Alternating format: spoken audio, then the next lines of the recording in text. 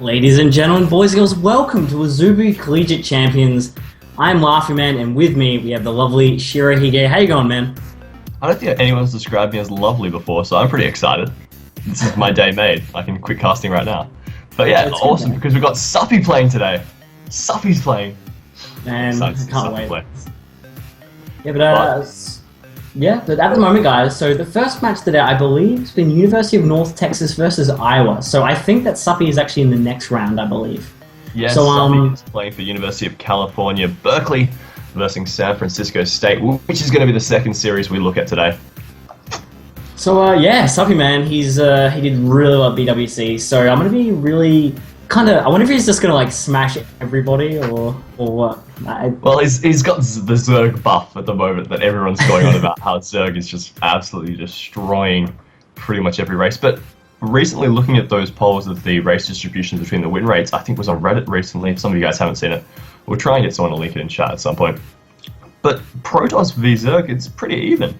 In some cases, Protoss were getting pretty close to taking it out. Well, I guess they've kind of like understood now that. I think that when I personally play, it's just that I like going Templar because storming works so well in those eggs. But I don't know. Immortal Sentry all in, man. That's all I'm really gonna say as well. It's so strong that like Zergs always have to have it in the back of their mind. They can't really be too greedy anymore. So they've kind of got that timing in their head, and again. People have seen Parting Style now in BWC, and they're just trying to emulate it really closely. And most people can't play it to that level anyway. But I guess the replays are out there. People are trying to do it, and it's still working. Hence the win. Exactly. And Iowa State so far this season has been completely undefeated. So they're really looking to upset the University of North Texas, which essentially won CSL 5, and they've been working really hard together, like one of the pro teams at this stage. Very well-known players amongst them. And they're coming off very strong so far. Actually, I think they've got Blinsky Light as well, I believe, who's really, really good. I think he's on Team Light Esports, so they're, obviously, amazing. I think I versed one of the guys on ladder the other day, and I just got destroyed. So, as you can already tell, that anyone from Lightman is going to be really, really solid. So, we've got some pretty famous players in this like CSL in matches in general. It's really hyped. I like it. It's going to be sweet. But yeah, I think we are going to go to a brief ad break. But before we do, guys, just a quick heads up. Do go out to Facebook/Azubu Media. Give them a big thumbs up. Also like, I think it's C Starling on Facebook, if I'm not wrong. Yep. They obviously do a lot of great work. And Azubu has made this whole CSL so much more possible, so much more viable. And just to further that, we've had such a great opportunity here to give much bigger prize pools to these students and start working towards scholarships and the like. Oh, it's actually Collegiate StarCraft on Facebook, so facebook.com/Collegiate StarCraft, which someone will probably be posting, Star League rather, which someone will probably be posting very shortly in chat, because my abilities at recapping words is difficult apparently. Well, they do have like two different words. They got CS Star League and then just CSL, and always different things. So it's it's okay, man. It's all right. But yeah, we're gonna go to a quick commercial break, guys, and we'll be right back.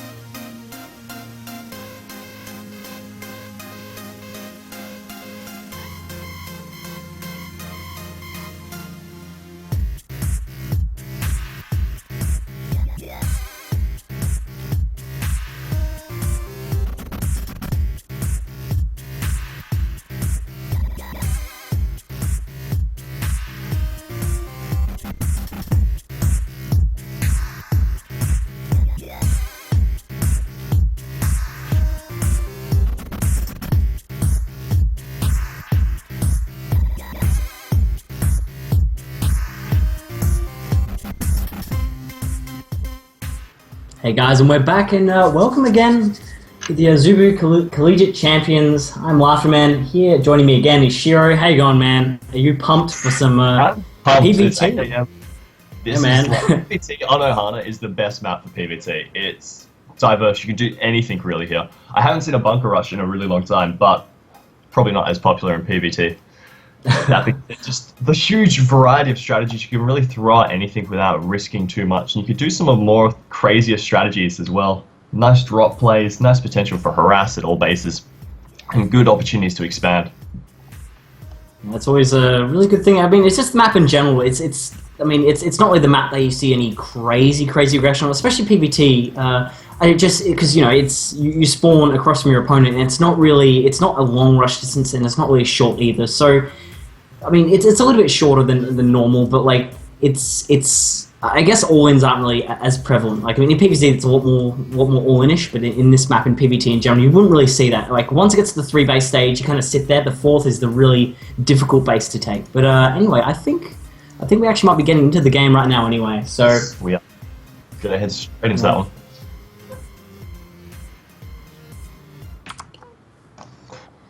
Ladies and gentlemen, in the bottom right position, we have the red Terran from Iowa State University, the lovely Iowa. We have wins. And at the top left position, in the lovely University of North Texas, we have Z's Vogue. Arguably the best dressed Protoss in CSL. I've met him once. He was immaculately dressed. That suit was really impressive. What, you actually haven't met him? No. Well, in my dreams each night, but that probably doesn't count. I was gonna say, I thought you actually knew him. I was like, wow, man, like me and you live in Australia. You've actually been to America. That seems cool, but yeah, obviously not. We're not that cool. But don't worry, I will go to MLG one day. I will. It's really funny when they say wins, because you said from Iowa State wins. I was thinking to myself, they really need to get some more stuff there. If wins is the only thing you can say about Iowa, it's kind of a sad place. And just like that, I lost all my Iowa viewers. I don't know, man. Like, that's one thing. 2 Australians casting American universities. I really like that because we don't really literally, the other day, I think it was Penn State versus Penn. I'm like, what? It was the most hardest thing to cast. It was most, I don't know, man. But again, we actually have Vogue just being generally annoying and harassing the. This is really frustrating for a Terran player. Oh, yeah. And he's actually was able to do quite a large amount of damage. Wins really quick on the response, though, getting that SCV to back it up. Yep. So they're just. This is where they do their general annoyance. So actually, no, he doesn't actually. Oh, so scats on 14. That's interesting. I like scouting on 16, but you know what? It's fine. And see, I like this. So he's kind of just again still being annoying, and now he's just trying to delay this barracks as much as possible. Because again, if you delay the barracks as much as possible, you can't get that orbital command up. And most Terran players kind of have that in their brain, it needs to be up at certain times. Usually around 16, you want to start it, but if not, it can delay it. So again, as you notice that he's getting it on 15, so he has actually sacked an SCV for that. But you know what? It's absolutely fine because mules are really good. Yeah, I mean, also it looks as though we may see Vogue going for the more Sase style of play, going for the cybernetic spawn, not to mention the gateway, just getting out that first zealot, no doubt, for scouting. I imagine we'll see another gas go down very shortly. He doesn't look like he's going to be expanding anytime soon. Yep, so as you can see here, there's the, double zealot, interesting. So usually we would see a stalker follow this up, but that means, in my mind, he wants to kind of put on some pressure. So, did he chrono that? Did you see if he chrono that at all? Because no, he only chrono. I think he may have had a bit of residual chrono left. He did double chrono on the gateway, I believe. Yeah, so he wants to also put on some pressure. Yeah, well, I mean, the problem is he's got that SCV who's now... Is the SCV going to take this Naga? No, it's not. Oh, no. he's going to be fired from his job, man. He's going to go home, and then everyone's going to be dead. He's like, uh-oh. And then we have one zealot running around and being... Yeah, so he now has to run away. So, this is going to be interesting if he does any damage. I would have liked a stalker follow-up from this, because the bunker was down. He chronoed into it, so now he can put in some early pressure. So he's running around, doing a bit of damage, but... I mean, Zealots do so much damage on Marines, and wow, it's at 7 health. This is really frustrating. And wow, he actually does take down the bunker. This is not what you want to happen. And here comes the second Zealot. He needs to run this away so quickly, I should say. And yeah, so we have one Zealot left with pretty much full health against one Marine. This is actually doing so much damage. Can he actually go down there and get that SCV? Oh, he's going to. He's going to delay his expansion so much. He's still got 9 seconds left building on that as well. He may even force the cancel in the bunker, which will really push for a fast game. I mean, there's not a lot Wins can do. He's invested so heavily into that command center. He can't afford to cancel it at this stage. A cancel here would pretty much cost him the duration of the early stages of the game. He would be very difficult to come back from that. I like Rogue's micros. He's not taking any unnecessary damage. Like, again, he's got this Stalker. Let's say take a little bit of shield damage right here. So he wants to save this. He needs to save this. He needs it. I can feel my heart. And there comes the big SCV pool. We have about 6 SCVs with here as well. Now he has to try and run away. And yeah, but right now, like, the Nexus, it's nearly done. He's actually done a perfect job right here. And now he's like, I'm going to go home. I've got a good advantage. I'm just going to go home. And then when our toaster says, when you're ahead, get more ahead. It's just the best saying ever. And he's going to poke him again. Might not be the best place to be if you're a Zealot. Being shot in the face, it's not really something good. But I don't really agree with losing that Zealots, because like Zealots again are just pretty much always good all game long. But you know what, he did take SCV down, so we go to the workers killed tab. How many do we actually have right now? So we have 8 workers killed. Income we have 27 workers for Vogue and 16 workers for Wins. So Wins is down by 10 workers.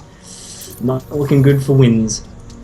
Well, he does obviously have, I think he had a fair bit of energy stored up because he dropped 2 mules almost instantly. If he keeps investing in mules, he should be able to kind of catch up to this. He will need to start looking towards maybe a third, or maybe just go back into some really defensive SCV production. 2 forges on the way though. Oh, I love this style. So this style here, guys, is like, if you guys don't really see, if you guys don't very much GSL, I know I do because I'm Australian, and that it's actually around 8 PM for me when I get to watch it. So it's perfect. I'm feeling we get a lot of hate for that. But so Creator Prime does the style lot. So he's going to get about 2 to 3 observers. He's going to scout the enemy base, and now he's going to go heavy macro. So he's probably going to go for Colossi, most probably. There we go. There's a robotics bay anyway. And now he's going to be trying to take his third. When he gets Colossus, he'll get his third. And then he's just going to go 3-3 and hit this timing at 3-3, which goes and smashes his opponent. And as a Terran player, it's really, really hard to kind of stop that. Just thought I'd drop some knowledge on you. Yeah, I mean, at this stage, he is starting to head towards, obviously, getting those starports up. But they're going to be quite a while away, and I really don't think he's going to have enough medevac supply or even Viking supply to really deal with it when this attack hits, just because of how heavily he's been delayed. And Vogue's going to get complete vision of his base with that observer. Yeah, his stim's only halfway done. This is just, everything's been so delayed. His engineering bay is delayed. Factory again's delayed. Like, medevac's, like, if you're doing a standard build, you'd probably come out about 9:30. And this is just, I don't know, this early pressure's kind of tore him apart. Like, this is what happens. Like, I'm not really sure if he scouted late. Actually, no, he scouted on 15. I don't know. He might have not just reacted very well to it. But you know what? That's fine. You know, I don't blame him. I don't blame him at all. Ooh, but again, we nice have Chrono going...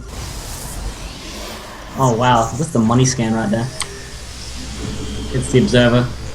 Man, I don't know. When I play StarCraft, I just can't see the observers. I'm just, I guess I'm blind or something. It's really hard to maintain your APM, obviously, and hunt around for observers. Yeah. And there we go. 12 counts coming down as well. So that's probably going to use a blink because he wants to make sure when the drops do come out, he wants to make sure he can shut them down as quick as possible. He is warping a large amount of zealots though, so I wouldn't be too shocked if he does choose, because keep in mind, obviously, he's going to be pumping the majority of his gas into these upgrades for Forge. Probably going to be getting Thermal Lance. Yep, Thermal Lance is on the way. So maybe he will just go Mass Zealot, potentially with Charge. He could do fairly well. I mean, he gets obviously the vision on the high ground. Blink Stalker's more preferred and obviously going to be beneficial. Actually, he does go for Charge. Would be usually more beneficial, but I think at this stage, just given the fact he's trying to rush these upgrades as quickly, he can't really afford to be having that. Since he's going Charge first, this kind of indicates to me maybe he's going to go for a 2-2 timing. Like, I'll just get a bunch of stuff and kill you at 2-2, because 2-2 Zealots with Charge are just like a nightmare to deal with. Because again, look at the upgrades from the Terran player. Like, he doesn't have combat shield at the moment. He's got 45 health Marines. No combat shields, so his plus one's nearly finishing now. His medevacs are just coming out now, so they're about delayed by about 1 minute. But yeah, it's going to be really hard to come back. But, you know, if anyone can do it, Wins can. I believe in him. He's actually sending over the scouting factory. I love this play. This is kind of the most annoying thing to deal with as any race. There's this giant factory with such a ridiculous amount of health sitting on top of the base. Could you imagine the Blizzard guys going, well, we're going to encourage them to use the factory as a scouting mechanic. Yeah, I mean, I really like that. I mean, I think I think it'd be funny if like if you saw that StarCraft's episode. Actually, it wasn't sure if it was StarCraft. The buildings could like kill like Colossus and stuff. Yeah, it drops down on top of it. And there's the 12-minute Templar Archives as well. Perfect. So Templar Archives at 12 minutes. He's just playing this amazing. I think his third should be a little bit earlier though. I think he's playing a bit too defensively. Oh, there it is. He's coming. Oh, no. Oh wow, he's taking the weird third. I like that. Oh no, never mind. That's a giant rally. To Colossus, maybe we could see him kind of swiftly transition into some high Templar tech on the back of this if this doesn't go overly effectively, or if he kind of starts to feel the Viking presence. Yeah, that's usually the and well, actually the scouting factory sees everything. As you can see, guys, that's actually a really big deal. Now he actually knows he's coming out. Now he knows, as you can see, now Wins is probably going to be retreating to that concave in his base. He can't really engage at the moment. Yeah, just pure upgrade wise, he's just going to get murdered if he engages that badly. 202 completed now. Protoss army going up against the 0-1 for the Terran. Terran do now have Stim and combat shields though, so starting to get towards that more solid biovore state. 2 Vikings already out. Storm's coming out now as well. It's about halfway done. +3 on the way, and he will get +1. Oh, there he is, +1 attack. So right now he's getting a Warp Prism as well. I love that. I really don't think enough players really use the Warp Prism. Effectively, as a Protoss player, I know it's actually pretty difficult. I know I don't use it enough. I only get about 1 and it dies, and I forget about it. You need to keep making more. Warp Prism, especially if you can potentially run a Storm Drop, that would be devastating given the fact that Wins is already starting to slow down in his economy. He's on 2 base, he's not looking for a third, and going to try and make a push here. Wow, he's actually going all in. He's actually taking all his SCVs as well. I really actually like this decision because I think he realizes how far behind he is, but all those Zealots, I think there's actually too many Zealots here, and he does cancel. Wow, Vogue is actually really kind of worried about this. Is there any preemptive... Yeah? Yeah. Unfortunately, this isn't the army that you can really run back to base with for SCVs, but I think he's going to try anyway. Well, I'm not really sure if you... Wow, the actual half count's actually equal. Now, this is what happens if you don't continue production after you get 2-base saturation. People get kind of worried, and if this move, what he just did, Vogue, what he just did then, actually could cost him games if he just kind of stops SCV, pro production.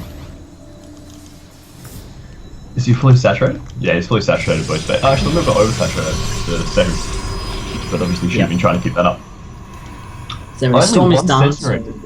Why is that? Why only 1 issue? I think he needs more. Maybe just going to be using it for Guardian. Yeah. I mean, Force Woods at this point, they kind of get less and less prevalent as the game goes on. Oh wow, look at that Hero Marine just running around. And I'm just really surprised that this Viking cat, he's only got 2 at the moment. Like, these Colossus could just kind of walk over him and kind of laugh at him, and it would be really unfortunate. That Marine army starting to get scarier and scarier. 2-2 upgrades almost going to be finished, but Protoss 3-3. Yeah, but here comes that push I was talking about with Storm 3-3. Just this is really, really kind of hard to stop. I mean, I know I've criticized Vogue a little bit, but you know what? He's still got his upgrades have been really solid this whole entire game. He's chronoed them a lot. It's really admirable, man. It's really good and solid play. I like it. I would really love to see some really good force fields coming through sorry, not force fields. Feedbacks onto the medivacs. He does have quite a few High Templar saturated in his army, so he should be able to pull it off. He has a really perfect composition for this fight. You couldn't be more happy. Huge cancel as well at the left. He actually killed a palm with about 8 warping in charge lots, and they all got cancelled. Oh jeez. Don't worry, man. I got like Observer Hawk vision. Yeah. And wow, he's nearly got 2 storms on actually 2 Templar there. That's going to be devastating. There's no ghosts at all out, so I think Winds might be taking down a Frowntown right here. I'm getting really excited. The Dark Shrine is on the way. That's like the best follow-up mechanic as well. Went ahead, Dark Shrine. And here he comes. Here comes the big engagement, guys. It's going to be any feedbacks, or it's just going to be all Storm. And it actually does Storm. It actually whiffs a bit of the Storm. There's all in his Zealots. Oh, wow. There's the Money Storm over the... Wow, really nice Storm. They're just kind of obliterating everything, and there's the GG. Wins, unfortunately, not able to really recover from that team fight. They just had, also from that group fight, wasn't able to pull back with enough of those Marines. Didn't really get the best stim, I would say. You wanted to try and, ideally, you want to try and distance yourself and try and get him to waste as many storms as possible, but he just wasn't happy. So yes, I believe, now if I'm not wrong, we are going to be going to a brief ad break, Laughing Man, and then we will be back with the next set of games, and the next one is going to be between Binskin Light and MJS, who everyone in chat seems to love. We'll see you in a sec.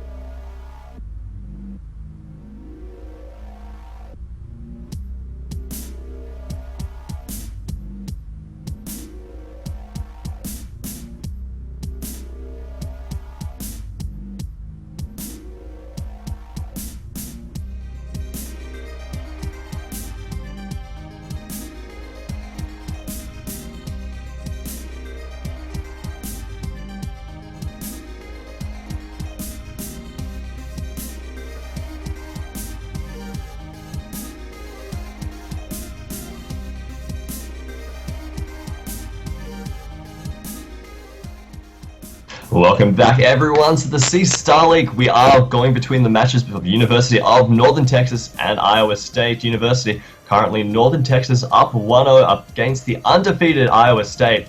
I am joined by none other than Laughing Man, all the way from Quantic. They keep him in the cage because his casting is that amazing and bring him out only for events.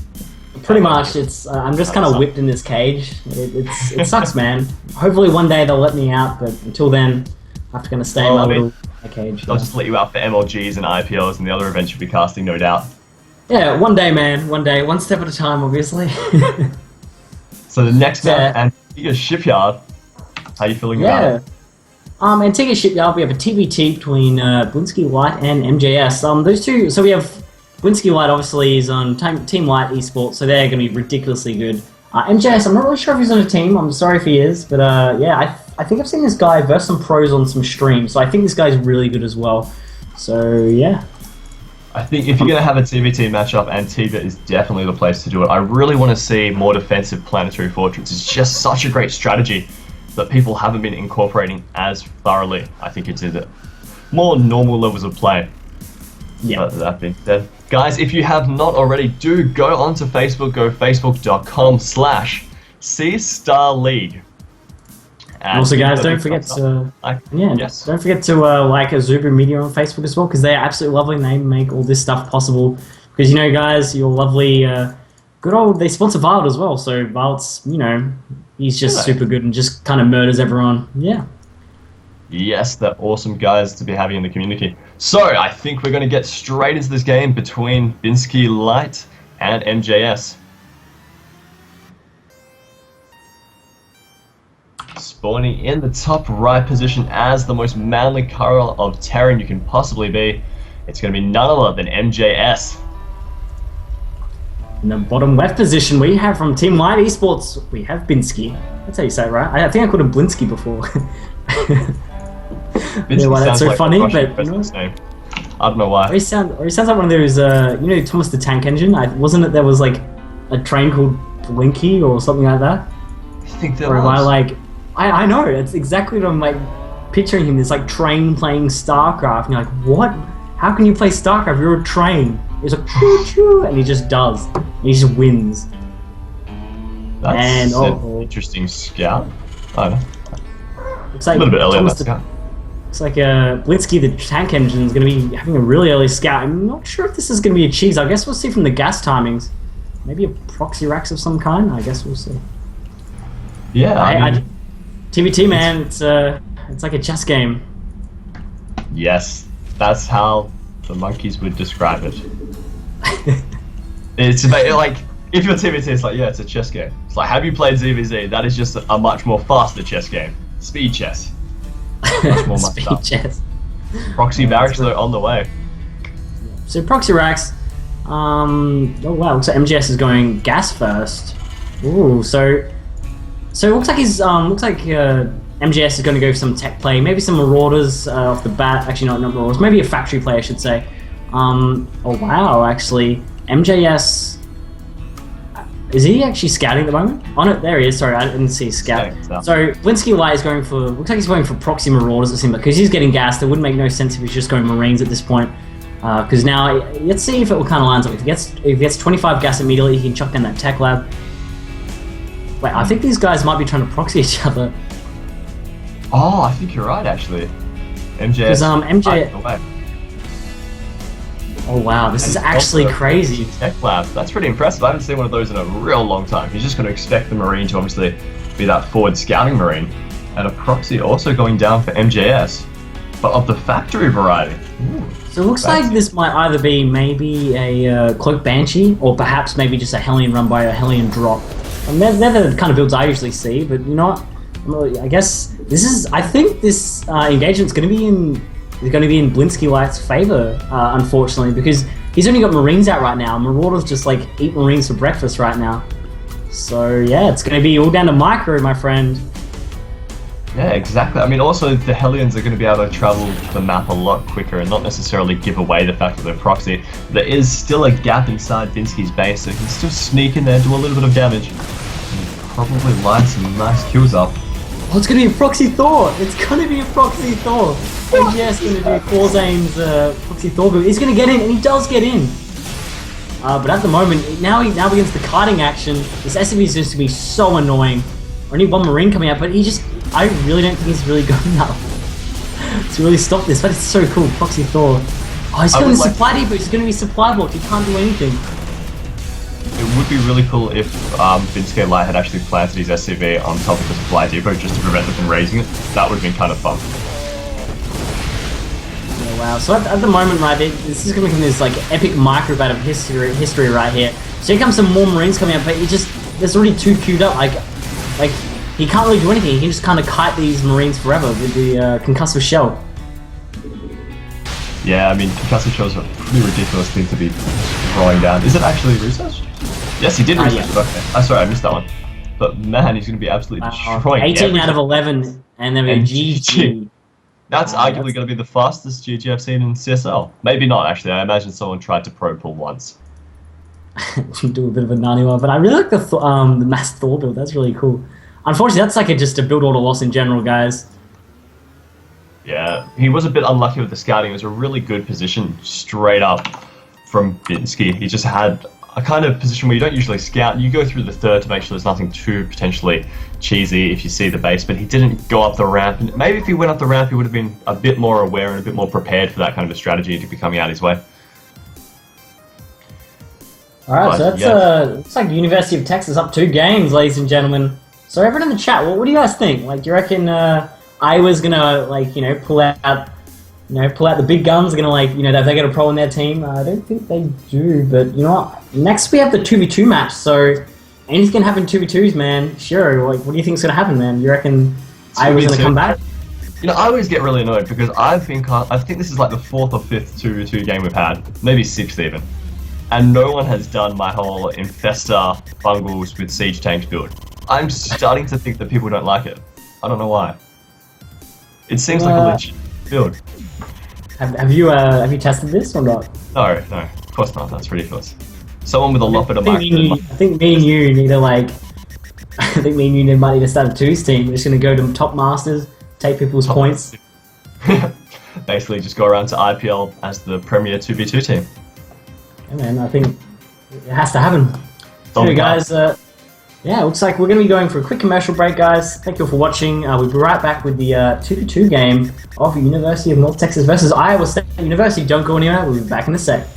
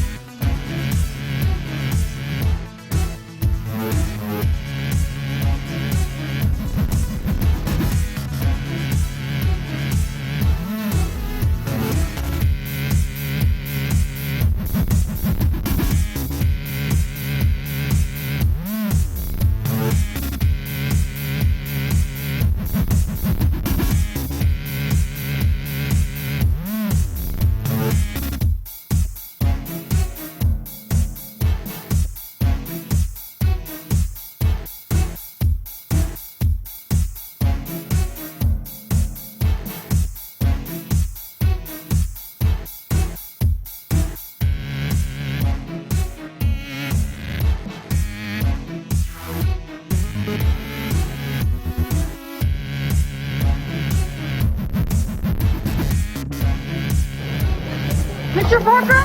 Sir, can I get you to sign?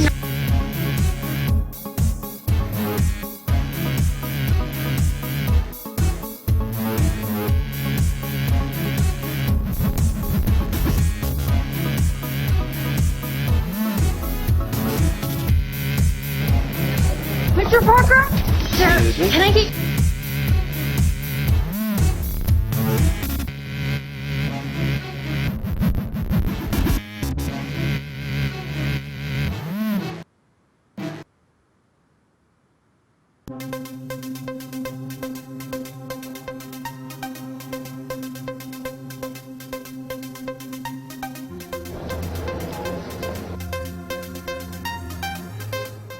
Ladies and gentlemen, boys and girls, hello and welcome to the Collegiate Star League Champions. I'm Laughing Man. Here again with me is Shiro. How you going, man? Pretty good. I'm really excited. Oh God, I'm losing my voice. I'm really excited to see University of North Texas basically having a really good shot to end Iowa State's winning run at this stage. Oh, and I'm dying slowly in the background here. It's fine, man. I'll pick up the pieces. Again, guys, special thanks to Azubu Media. They are the most, they're literally, they make this possible, guys. And like, you know how we have a whole email the sponsors thing. Like, if you guys like them, just follow them on Twitter, send them a tweet. You know, thanks so much for the CS Star League. They're just amazing. What can I say? Again, what else? Follow the top left. Hit that follow button on Twitch, guys, because they need more followers. Honestly, I think they've got about how many do they have right now? I think. More than my YouTube channel, so that's not exactly. So that's obviously want to get that more bigger. Anyway, so I know now, guys, you've been here for the 2v2. So I believe that actually University of North Texas is up 2 games at the moment. So University of North Texas has to win 1 more, and Iowa needs to win 3 in a row to actually advance. So is Iowa going to pull 3-game victory? I guess we'll see. So Anyone's sure, it's going to be Iowa. Alrighty, so it looks like we're going to be jumping the first game, the third game, I should say, guys. Ladies and gentlemen, top right position on, how do you even say this map's name again? This is ICC Gaia. ICC Gaia. Sorry guys, I'm not really a fan of Gaia. I'll just call it Gaia, there we go. We have, from Iowa State University, we have NMX Tien as the yellow Protoss. I love yellow, that's the color of victory. I'm rooting for them this game. The top position, we have the most proficient Zerg I've ever met. It is proficient. From the team Iowa. Spawning all the way down in the bottom right rather, as our red Protoss, it's going to be 3-baller. Because why be 2 when you can be 3? And Ladytron as the purple Zerg to his left. Pretty excited to see ZVP in combination. Mothership Infestors. We're going to see. I just thought I said 3-baller.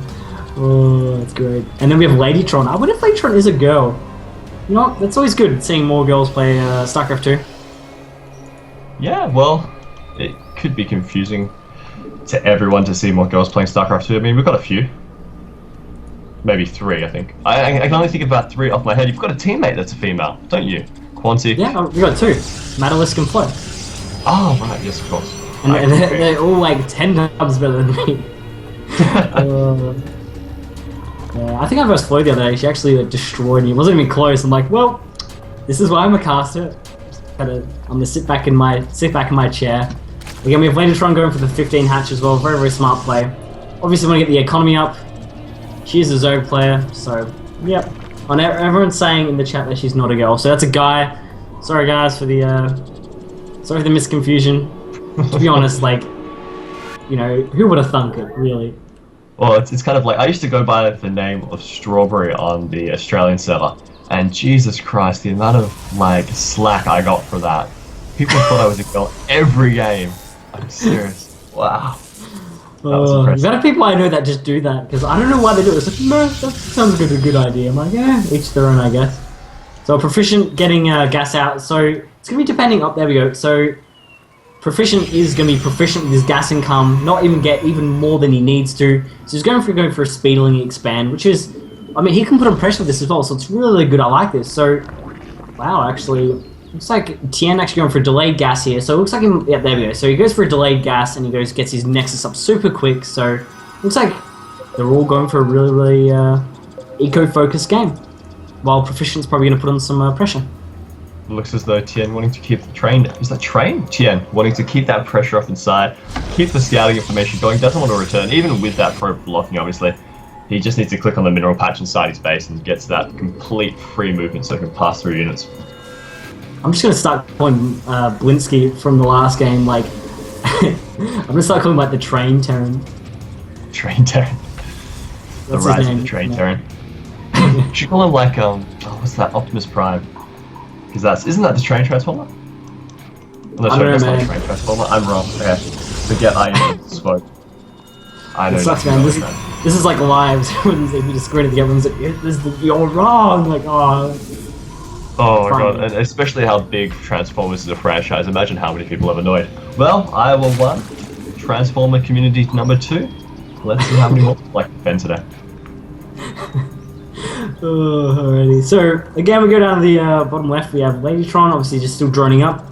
Every day I'm droning, and also we get the 3-baller. I guess just kind of getting a robo. So I want to get detection out relatively quickly. Doesn't want to die any DTs.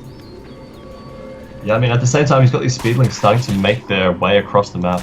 They've almost finished. They've actually just intercepted and run past. So should be able to win this trade here pretty comfortably. Oh wow, they're actually in the middle. You do not want to engage right there.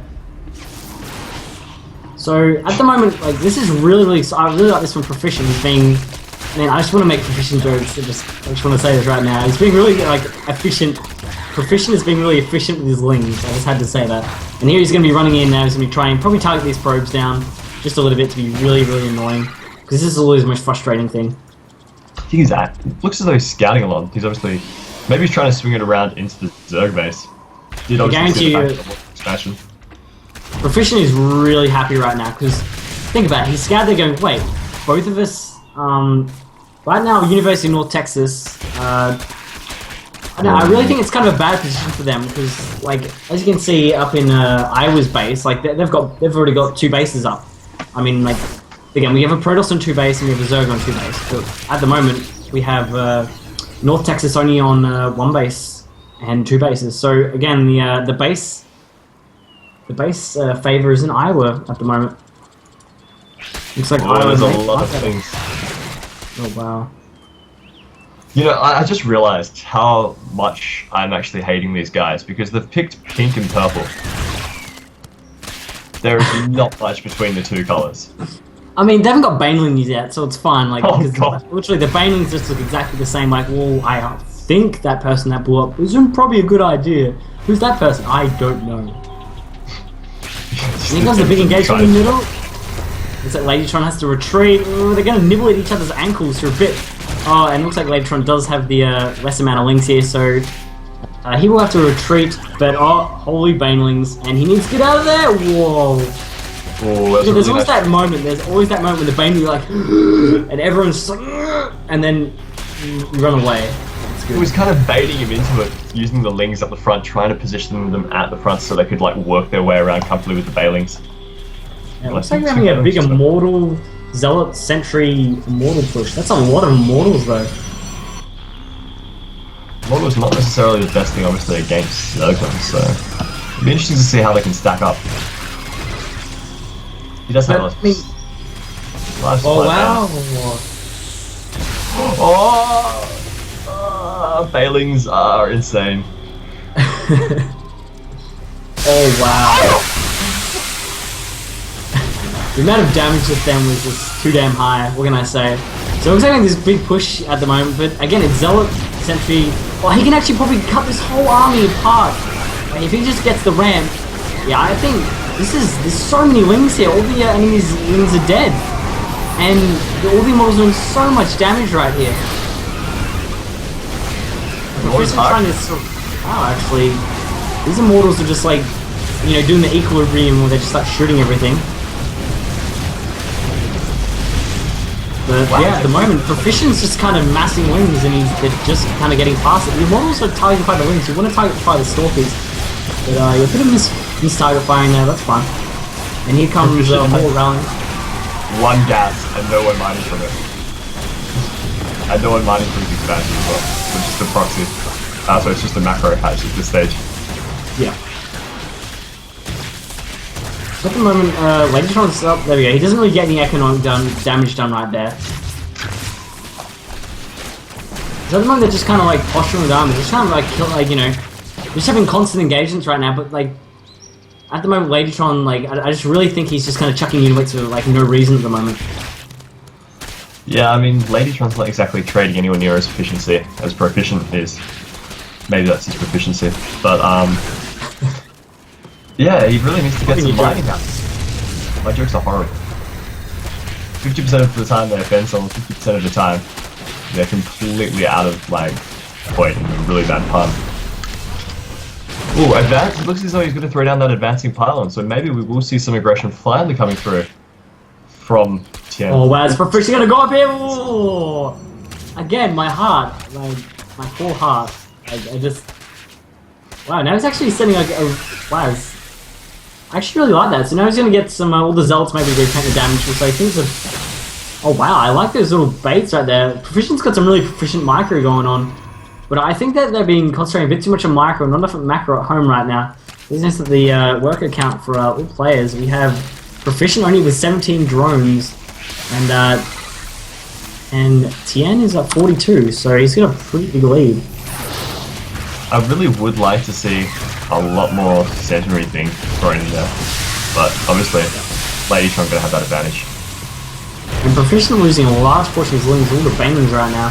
And uh-oh, Colossus, this might be the game-ending move right here. For Tien.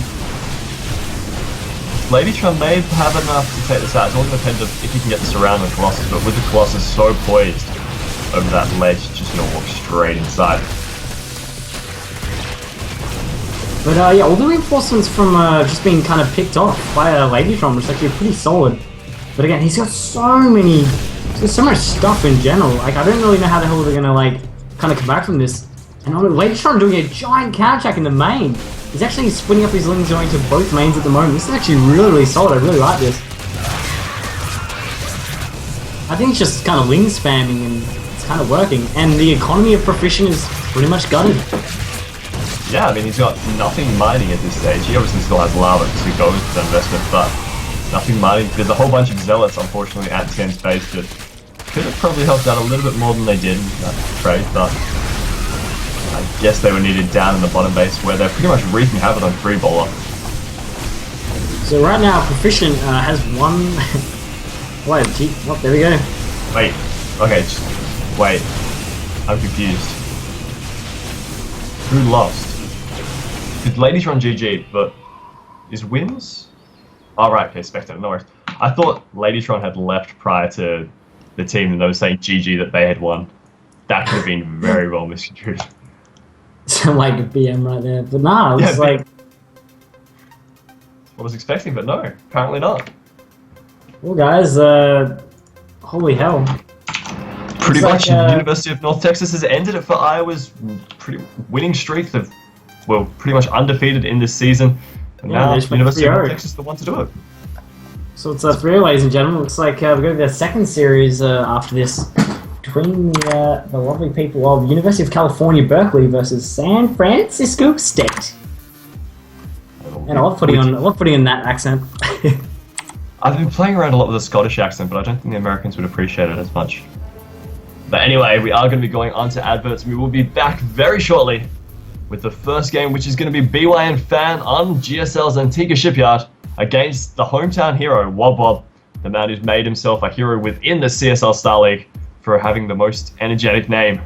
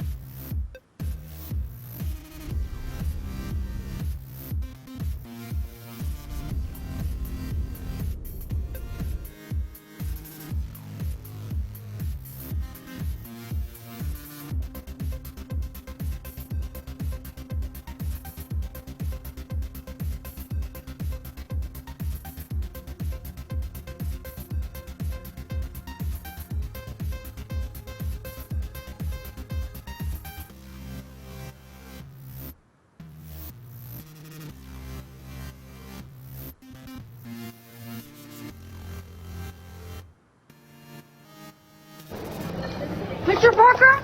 Sir, can I get you to find out?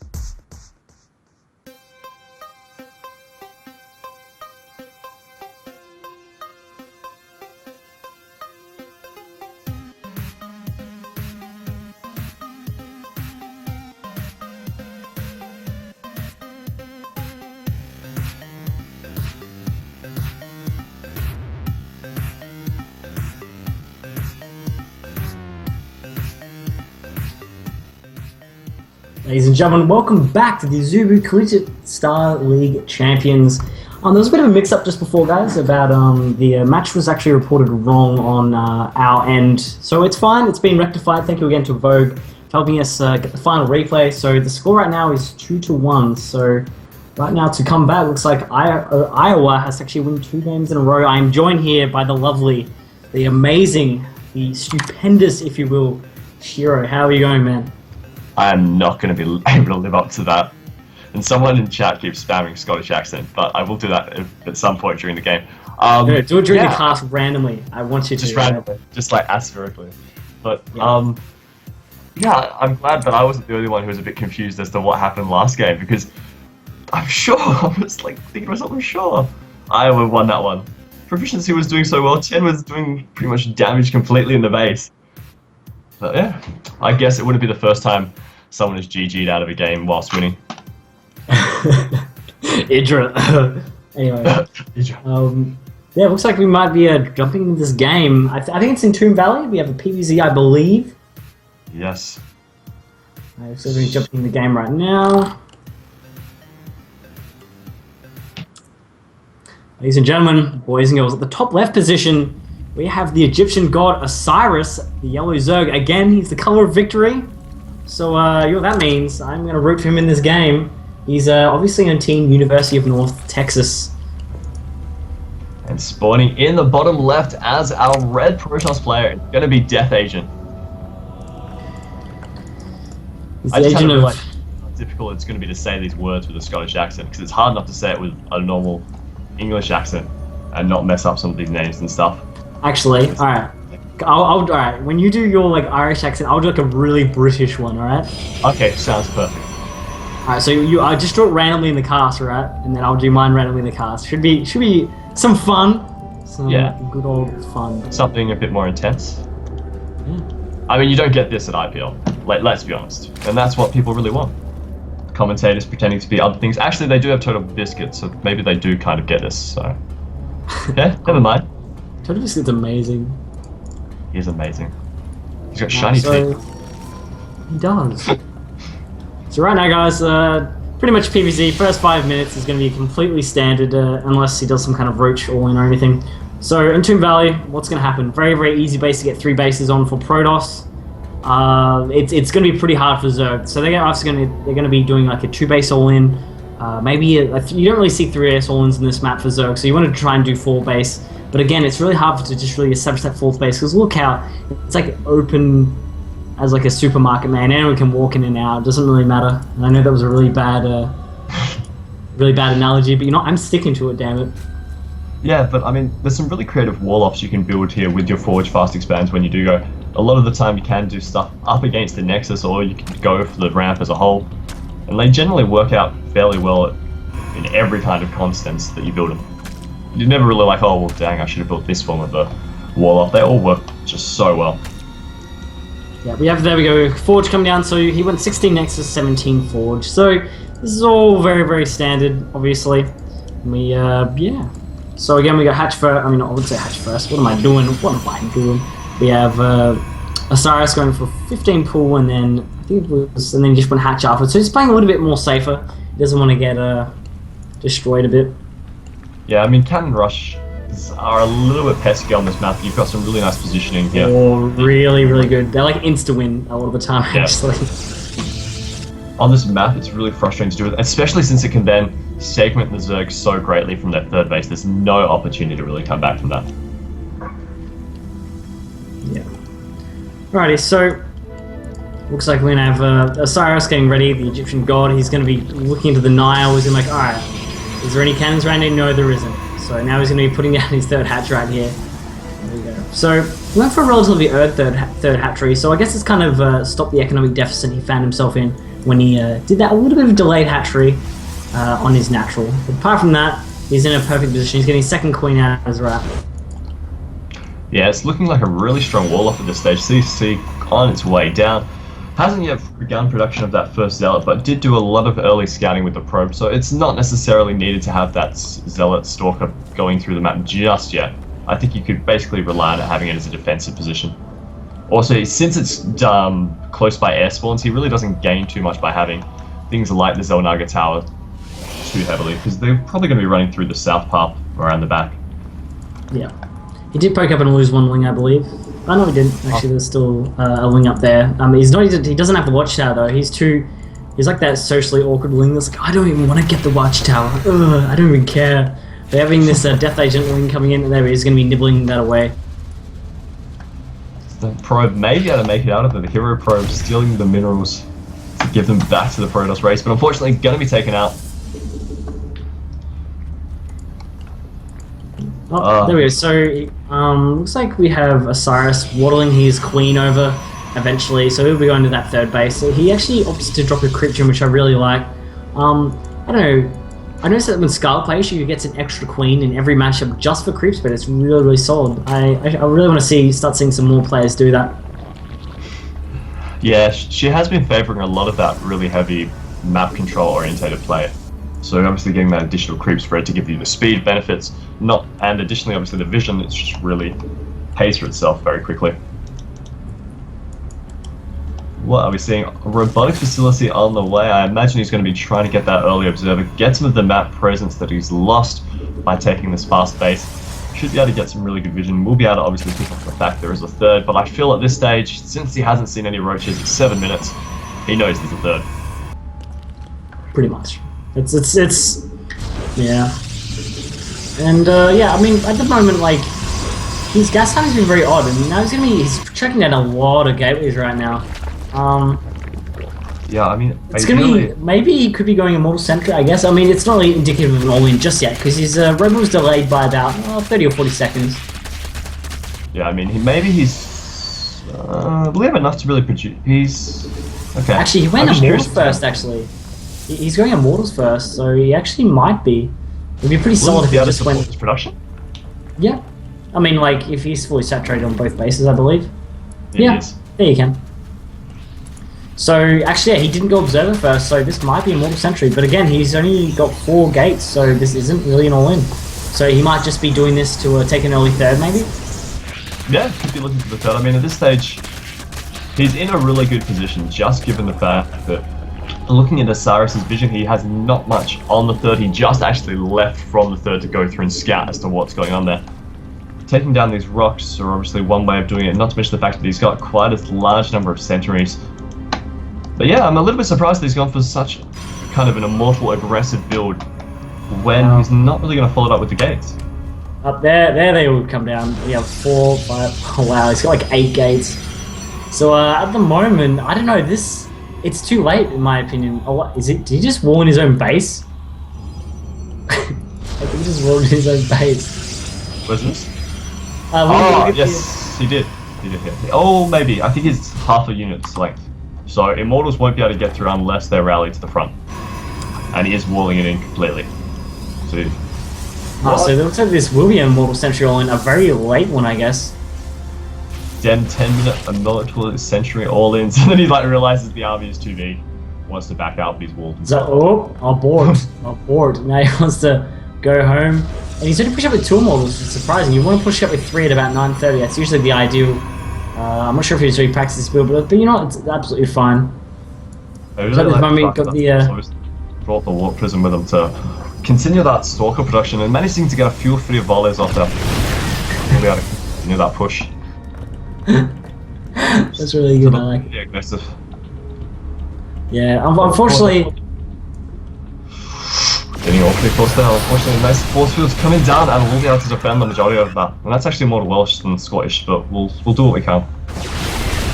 Oh, that's amazing. Oh my god. Oh wow. That's around, he's not really going to be able to do anything at this point. Like, he's going to tug down all the Immortals and then it's going to be Frown Town for this push. Oh, a nice warp in at the main. It's going to take out a Queen, but again, like, the army isn't dead, and this is what really kind of contend with, I guess.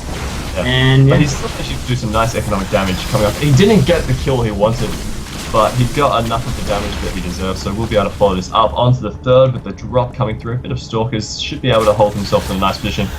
Trying to do a little bit of drop play whilst also dropping them down, but nothing that can shoot up besides these Queens on the field for Zerg at the moment. So now he's trying to do some like sick warp prism micro. But I don't really sure if it's... I like that. He just kind of split up everywhere. This is really cool. So now this warp prism can't really do anything. And his injects... His injects, he's actually got... he's been a bit lacking in his injects. He's got 54 on his queens, so... The best micro I ever saw from a warp prism was Soke versus Cloud. And he did Colossus warp prism. Colossus drops inside the main base. His name's Liquid Hero, that's all you need to say. And I think it was an IPL match. I think it was someone from GSL, some Korean Zerg that was just like silly. And he just like chucked roaches and chucked roaches. Like, meh. And his immortal had like, I think it was like 70 or 80 kills, just roaches. And I was like, what? I don't know how he did it, man. It was pretty silly. Oh, that's pretty ridiculous. Still going to be able to keep that pressure up. But the Zerg army looking pretty scary.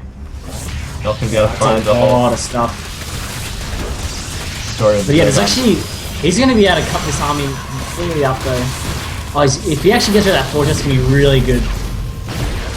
So that was researching +1 armor at the moment. Now that's gone. Yeah, I don't really think he can do very much at this point. With the 4th base lingering for Osiris, I think he's really going to brim. It's going to... Oh, but these force fields should be able to collect a ridiculous number of roaches, and he's doing just that. It was beautiful. He's cut off the army entirely, getting a whole bunch of free kills, wasting a few zealots, but maybe he wants to pull them back. But regardless, it's a really worthwhile trade for him. Osiris now trying to make it inside the main, going to try and collect up on these probes, but I don't know how many he's going to get before this Death Protoss army moving in. Looking extremely scary right now. Immortals managed to put down the majority of the roaches, but the shields have now gone, so one Immortal falling. And there we go, the second Immortal does fall as well, so there's only 2 Immortals left right now. It's... Oh wait, there's actually Blink on the way. If you can actually target that down, but unfortunately I think it's a bit too late for that. He actually donated so much army right there. Again, we got the units lost tab right here. We have 10 workers from 2-8, so we're actually isn't too far behind really. And the supplies, 97 for Death Agent, Osiris, 115, so the supplies have somehow equalized.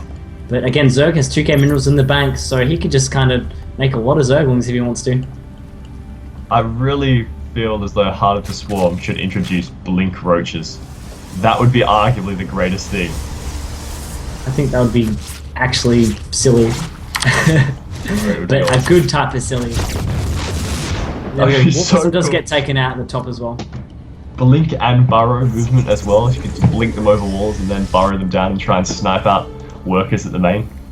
And the infestors have been popping out as well, guys. Unfortunately, yeah. So this is always the biggest frown town moment for pretty much anyone who plays any race. Like, oh, infestors are out. It's either a GG or a sad face.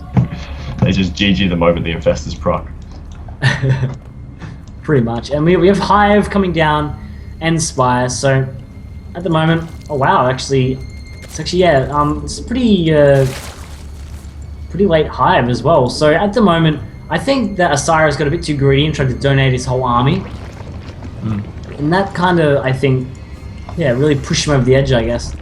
You know, I honestly think Osiris can afford to just go for a mass bailing bust at this stage. He's got the resources backed up. He has enough resources to reinforce it, more importantly, if he loses the army. So he should be like able to defensively play it through. And I think there's not really enough. Like, he could just go through Death Agent stuff fairly effectively, rather than just drawing out this game for these long extended trades.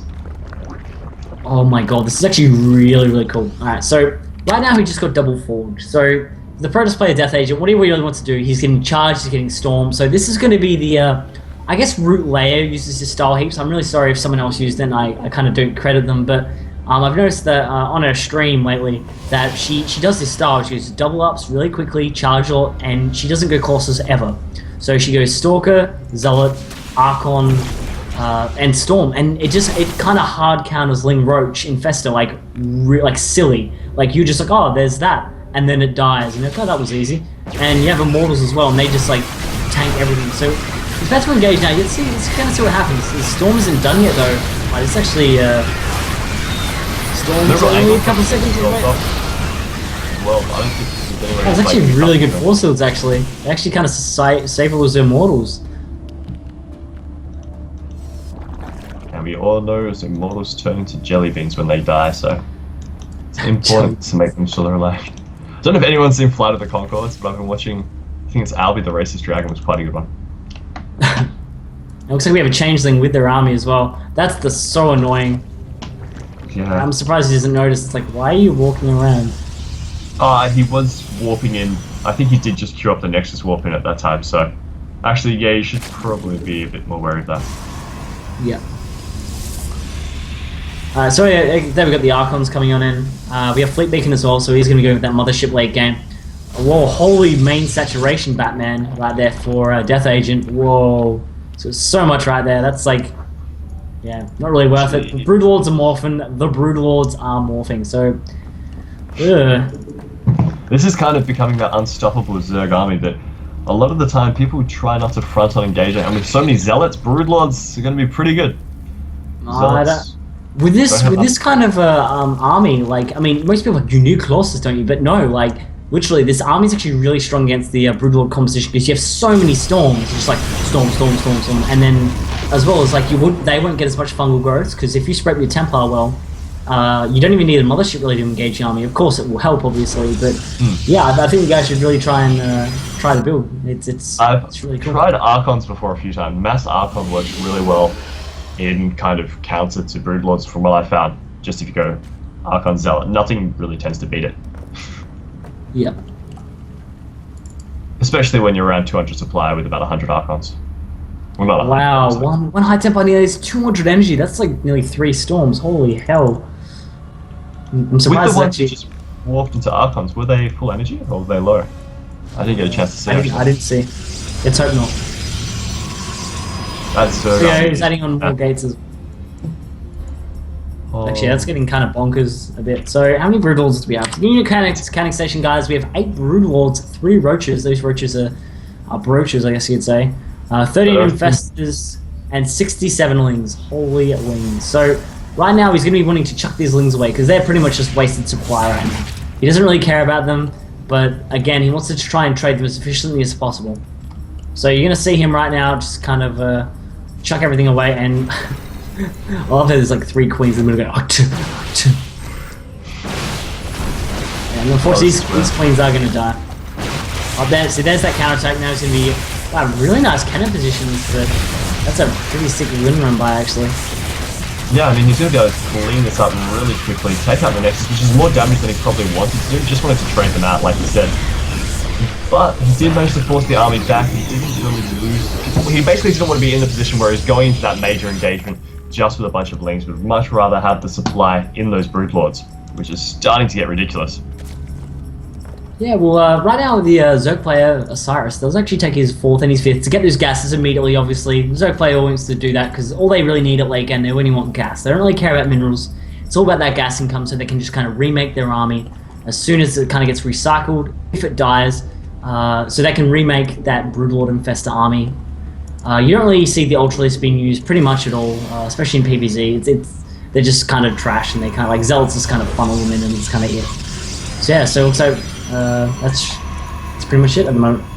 I mean, he doesn't have neural research, so he doesn't have that potential to obviously go for the counteraction on the Vortex. So it's going to be iffy. I don't know. Maybe an Archon Toilet will be decent enough with obviously all these Zealots thrown in there and the Archons. All these Broods are out of position. I do not like this one bit. I mean, I know that he has the. Actually, I guess. No, never mind. He actually has the Watchtower. I didn't actually notice that. So, if he actually didn't have that, that could have been the sickest Archon Toilet I've ever seen in my life. And also, we have another run by coming in as well. Yeah, just trying to throw away. He's actually keeping the Link production up when he's doing this. So. Maybe not trying to throw them away as much. Army now being pulled back for Death Agent as he's trying to defend this Nexus. Doesn't want to lose it again. It's mining time. He's starting to get a bit light on the resources. He's really far behind right now. It was. Actually, the 3rd is... Oh, no, there we go. I thought the 3rd was going to go down as well, but no. And this Nexus, it's like... You can have a graveyard. It's going to be like... You know how it's like the burial... Like, ancient burial grounds? Like, there's going to be one for a Nexus. That this Nexus kind of haunting all the Protoss people that like build there. And he actually was pretty happy at this help though, because he did manage to take out one of the hatcheries and now looks to be taking out a second. Well, the Sparkle's like, come closer, but unfortunately he's going to be hurting the gas production just a bit. old Osiris. Is that the god of what god is that in Egyptian? It's the Egyptian god with an eagle head that essentially is. I'm not and sure. here comes another Ling run by. Oh my god. So Osiris is just denying so so much timing as a result of these Ling run bys, and it's surprising because you wouldn't necessarily associate them with such a great late game strategy, but he's just using it to really try and force the Protoss to basically say, if you're going to sit back and wait for these engagements, I'm just going to keep doing these Ling run bys. The map's too big a place for you to defend all of your bases at once, and he's been trading really well with these Lings. Well, trading just basically being that he's just denying the mining, and that's exactly what he needs to do. Yeah. So right now we're having more Archons being morphed down the bottom position, near the 4th for the Protoss player, as well as now he has 2 Vortexes. Now this is the time, ladies and gentlemen. So at the moment he just kind of wants to wait, and because the Zerg has to kind of start pushing towards right now. And oh my god, Banelings! So if any Archon toilet happens, it's going to be a Baneling toilet. That's going to be awesome. So that's a lot of Banelings.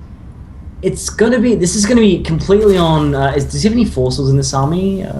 Yes. Oh yeah, he does. He's got a lot of force fields, so he needs to make sure he gets a Vortex off and make sure no Banelings get in, otherwise this Archon toilet won't be effective even in the slightest.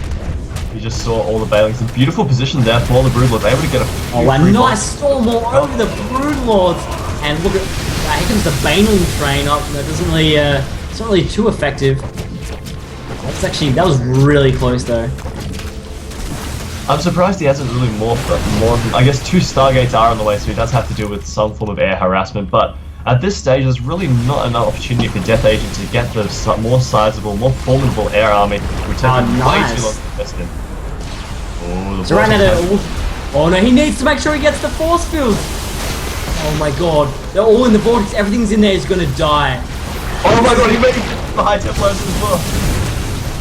Oh no, and look at all that, all the army dead. Go from 205 all the way to 120, this army. That's a lot of Banelings there, Shiro. That is a lot of Banelings. That was amazing. 36 Banelings in that army. Now looking at the unit supply, there are no Banelings. Every one of them went off, and pretty much all of the High Templar went down as well. Still a High Templar actually available on the field, but now I think he's just going to go through, clean up. I've never seen such a large Broodlord army go through for just 1 Zealot, but they are going to continue with the Ling harassment now, moving down to the location of the 3rd floor. Going to move on to the 4th and take out the majority of these gateways here, pretty much for free. We're not actually going to jump straight onto the Nexus again. Osiris, he's took it at the 4th again. This guy is playing is so immaculate, so beautiful. I love it. Again, he was going to try that air transition, but again, he can't do it. I really think that after he gets his whole army just kind of tanked without destroying the Broodlord Deathball, if you're a Protoss player, guys, and you don't kill their Deathball the first time, it's pretty much game over, because they're going to be able to remax too many times, so you won't have enough bases to just keep up the production. Broodlords on the way. Wow. So and look at this position. It's such an annoying position because you can't really control this army, so you have to kind of wait. There we go. Here comes the Broodlords raining down all their Broodlings over everything. Now here comes the... you can't blink on top of him because of that crevice there. Yeah. Such a good position. And here comes the courier has arrived. But unfortunately, oh wow, nice feedbacks. Wow, actually about half the infestors kind of get thinned out, but unfortunately, it doesn't really matter at the moment. And a nice storm as well, but unfortunately, I think our time for our Protoss brethren is kind of over at this point. Yeah, there's not really a lot you can do, especially with the fact that... Oh, a lot of the Corruptors went down, so no, they are all just together as 1. I thought there was just 2 Corruptors left, but that's all good. They're just going to go through and decimate this army. So many Broodlords. 3-2. There's very little you can do up against 3-2 Broodlords. So it looks like here comes the final engagement here, but I mean, there we go, GG from Death Agent, I should say. And yeah, that was a pretty crazy game. That was really cool. Dude, those Banelings, holy hell, that was sick. I know, man. Archon Toilet, kind of not what he expected.